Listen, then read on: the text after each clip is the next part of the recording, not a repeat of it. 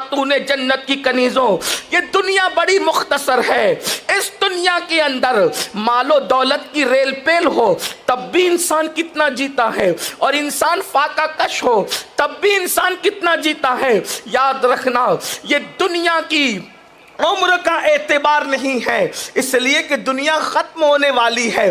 آپ کو نہیں پتا، اللہ اکبر، 500 سال تک کے حکومت کرنے والے آج ان کی قبریں کہاں ہیں؟ ان کی اکبر مکمل شان و شوکت سے زندگی گزارنے والے آج ان کا نام لینے والا کون ہے؟ میرے آقا صلی اللہ علیہ وآلہ وسلم کی کنیزوں، یاد رکھنا اگر دین سے ہاتھ دھو بیٹھے اور اگر اسلام سے دور ہو گئے تو دنیا بھی تباہ ہوگی، آخرت بھی تباہ ہوگی۔ دنیا کی کیا حیثیت ہے؟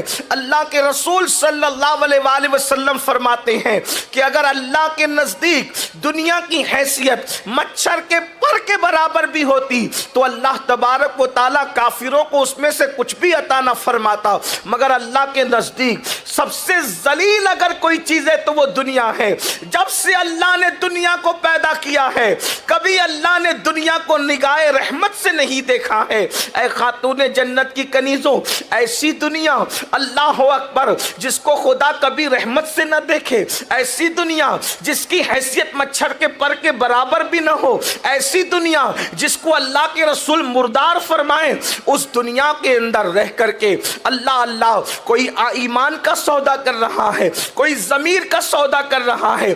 آئیے اے خاتون جنت کی کنیزوں، یہ دنیا اور دنیا کی متاع کچھ بھی نہیں ہے۔ اللہ کے رسول علیہ الصلوۃ والتسلیم ارشاد فرماتے ہیں کہ دنیا میں انسان ایسے رہے جیسے ایک مسافر سستانے کے لیے کسی درخت کے نیچے قیام کرتا ہے۔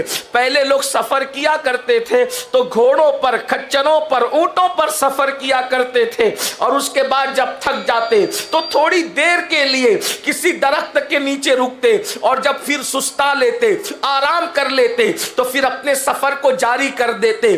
اے خاتون جنت کی کنیزوں، یہ دنیا کے قیمتی لباس، یہ دنیا کے قیمتی مکانات، یہ دنیا کے قیمتی زیورات، یہ دنیا کے قیمتی ٹائٹل کچھ بھی نہیں رہیں گے۔ جب روح کا رشتہ جسم سے ٹوٹ جائے گا اس وقت انسان کے پاس نہ اس کی یہ ڈگریاں رہیں گی، نہ اس کا یہ قیمتی لباس رہے گا، نہ اس کے قیمتی زیورات رہیں گے، نہ اس کے قیمتی مکانات رہیں گے، کچھ نہیں رہے گا۔ اور انسان کو نجات صرف اور صرف اس کے ایمان کی وجہ سے ملے گی۔ اگر ایمان نہیں ہے تو اس کی آخرت برباد ہو جائے گی۔ آج میں آپ کو بتاؤں، آج غربت کے معاملے کو لے کر، آج رشتوں کے معاملے کو لے کر، یا تھوڑے بہت مسائل کو لے کر لوگ مذہب کی تبدیلی کی طرف جاتے ہیں۔ آج میں آپ کو بتاؤں، قرآن مقدس میں ایک مقدس خاتون کا ذکر کیا گیا ہے، اللہ اکبر، اللہ، اور اس کا ذکر کس شان سے کیا گیا ہے؟ وہ خاتون ہے حضرت سیدہ آسیہ۔ یہ فرعون کی بیوی ہے، فرعون کے محل میں رہا کرتی تھی، فرعون کے ساتھ اس کی بیوی کی حیثیت سے رہا کرتی تھی۔ اللہ کی بڑی حکمتیں ہیں، اللہ تبارک و تعالیٰ نے حضرت موسیٰ علیہ السلام کی پرورش کو فرعون کے محل میں لکھا تھا، تو فرعون کے پلید گود کے اندر اللہ اکبر حضرت سیدنا موسیٰ علیہ السلام کی مکمل پرورش ہو، یہ قدرت کو گوارا نہ تھا، تو اللہ رب العزت نے پہلے ہی سے کسی جنتی کو وہاں پر پہنچا دیا تھا، کسی نیک کو وہاں پر پہنچا دیا تھا حضرت آسیہ کی شکل میں، اللہ اکبر۔ اور پھر جناب آسیہ کے ذریعے سے اللہ کے رسول، اللہ کے عظیم پیغمبر سیدنا موسیٰ علیہ السلام کی پرورش ہوتی ہے، اور پھر یہ اللہ اکبر فرعون کی بیوی ہونے کے باوجود جناب آسیہ حضرت سیدنا موسیٰ علیہ السلام پر ایمان لاتی ہے، اور جب وہ مسلمان ہو جاتی ہے تو چونکہ فرعون خود اپنے خدا ہونے کا اعلان کیا کرتا تھا، خدا ہونے کا دعویٰ کیا کرتا تھا، لوگ اس کو سجدہ کرتے، لوگ اس کو معبود مانتے،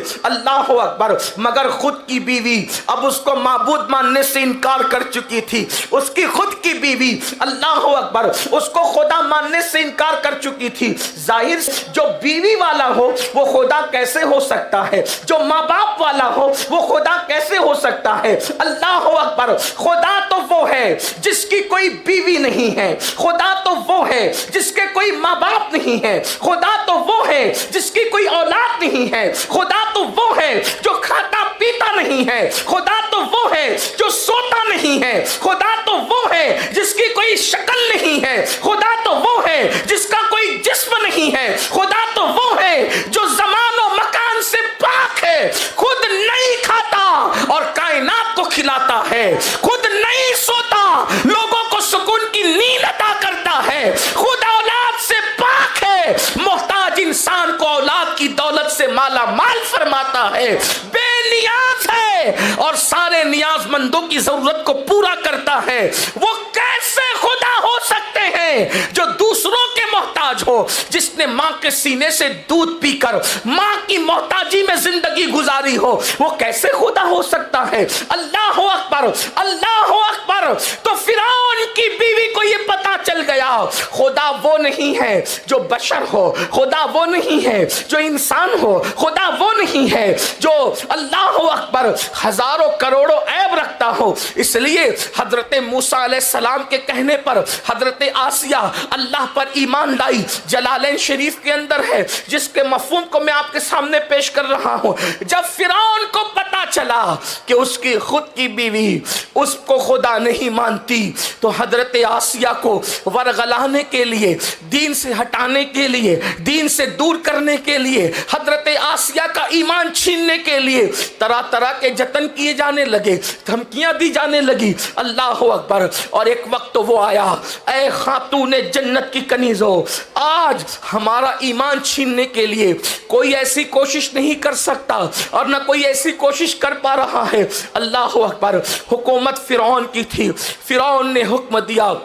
حالانکہ یہ بات معلوم ہونے سے پہلے فرعون حضرت آسیہ کی بات بھی مانتا تھا، حضرت آسیہ کی بات بھی قبول کرتا تھا، آسیہ کے مشورے پر عمل کرتا تھا۔ جب اس کو پتا چلا کہ یہ خدا نہیں مانتی تو پھر غصے میں آیا اور حکم دیا کہ آسیہ کو تپتی ہوئی زمین پر لٹا دیا جائے، اور تپتی ہوئی زمین پر لٹانے کے بعد ان کی ہاتھوں میں کھوٹیاں ٹھوک دی جائے، کیل کی کھوٹیاں حضرت آسیہ کے ہاتھوں میں ٹھوک دی جائے۔ اسی طریقے سے پیروں کے پنجوں میں حضرت آسیہ کے پیروں کے اندر کیل کی کھوٹیاں ٹھوک دی جائے، میخیں ان کے پیر اور ہاتھوں میں ٹھکوا دی گئی۔ اللہ اکبر اور اللہ اللہ۔ اسی پر بس نہیں، عورتیں تو صنف نازک ہوتی ہے، عورتیں تو بہت کمزور ہوتی ہے، مگر قربان اے خاتون جنت کی کنیزوں، سیدہ آسیہ کے سینے پر پتھر رکھ دیا جاتا،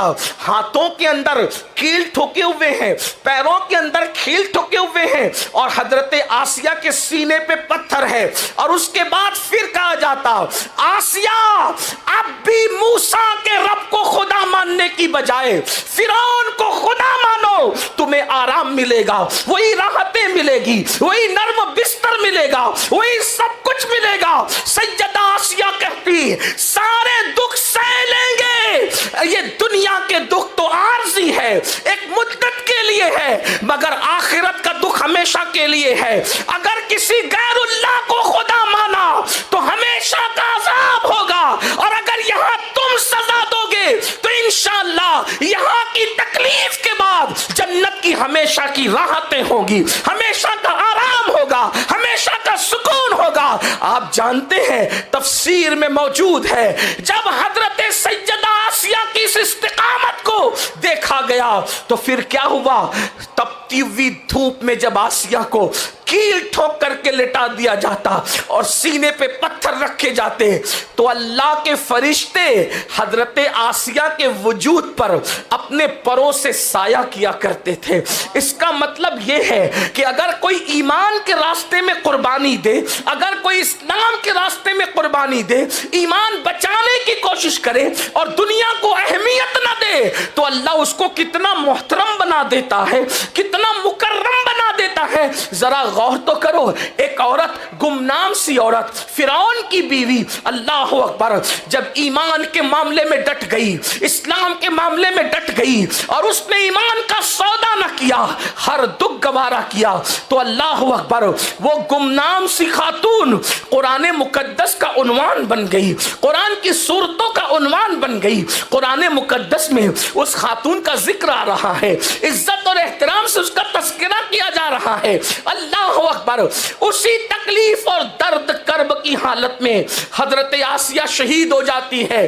ہمارے بزرگ صوفیہ فرماتے ہیں، آسیہ نے فرعون کے ہاتھ پر ایمان کا سودا نہ کیا تو اللہ نے اس کو شہادت کا مرتبہ دیا، اور جنت میں اللہ اس خاتون کو سید الانبیاء محمد الرسول اللہ کے نکاح میں شامل ہونے کا شرف عطا فرمائے گا۔ حضرت آسیہ کو اللہ کے رسول علیہ الصلوۃ والتسلیم کے نکاح میں شامل ہونے کا شرف نصیب ہوگا۔ آپ اندازہ فرمائیں، بعض صوفیاء کرام کا یہ قول ہے، اللہ اکبر، اے خاتون جنت کی کنیزوں، آج بھی کبھی کچھ لالچ دے کر، کبھی کچھ لالچ دے کر اسلام سے ورغلانے کی کوشش کی جاتی ہے۔ نہیں نہیں، یہ دنیا کی مال و متاع، یہ دنیا کے حالات، یہ عارضی طور پر ہے۔ معاذ اللہ، اگر کسی منکر اسلام کا ہاتھ پکڑ کر شوہر بھی مل جائے اور وہ بالفرض وفاداری بھی کر لے، تو آخر شوہر اور بیوی کا ساتھ کب تک رہتا ہے؟ کتنے دن تک رہتا ہے؟ جب تک زندگی ہے تب تک، ایک دن موت تو آنا ہے۔ اللہ اکبر، اس لیے یاد رکھو، قرآن کہتا ہے وَلَا تَمُوتُنَّ إِلَّا وَأَنْتُمْ مُسْلِمُونَ، تم نہ مرو مگر مسلمان، یعنی تمہیں آخری دم تک ایمان پر قائم رہنا ہے۔ فاقہ کشی کرنا پڑے کر لی جائے، تکلیفیں اٹھانے پڑے اٹھا لیے جائے، درد سہنے پڑے سہ لیے جائے، مگر کبھی ایمان کا سودا نہ کیا جائے۔ اس لیے کہ کافروں کے لیے دنیا میں کچھ راحت ہے، مگر آخرت میں اتنا دردناک عذاب ہے کہ اس عذاب کو کوئی برداشت ہی نہیں کر سکتا۔ اس لیے کفر اختیار کر کے اپنی آخرت کو برباد نہ کرو، اور یوں